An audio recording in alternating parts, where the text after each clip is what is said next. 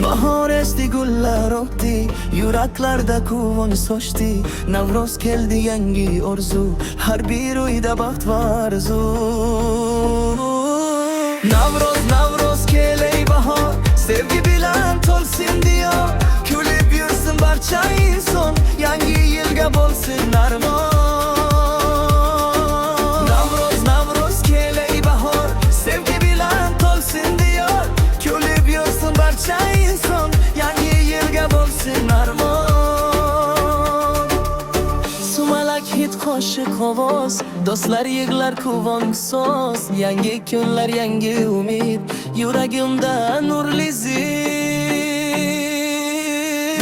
Navro'z kelay bahor, sevgi bilan to'lsin diyor.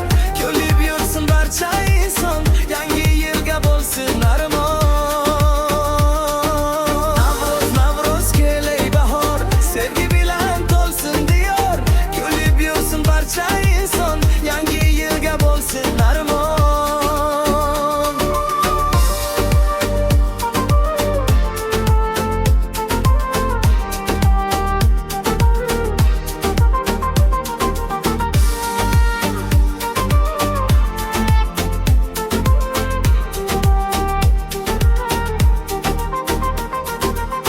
Sumalak hid qo'shiq ovoz, do'stlar yig'lar quvonch so'z. Yangi kunlar, yangi umid, yuragimda nurli zid.